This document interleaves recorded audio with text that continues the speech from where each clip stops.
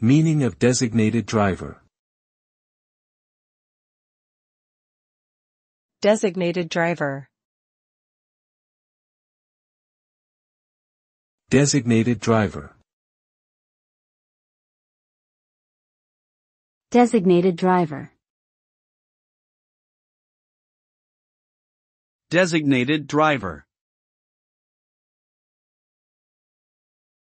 A designated driver is a person who remains sober and refrains from consuming alcohol in order to safely transport others who have been drinking. The intention is to prevent drunk driving accidents and reduce the harm caused by alcohol consumption.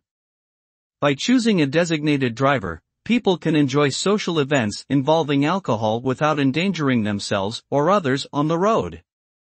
It is important for everyone to have a clear understanding of the importance of having a designated driver and to make responsible decisions about drinking and driving.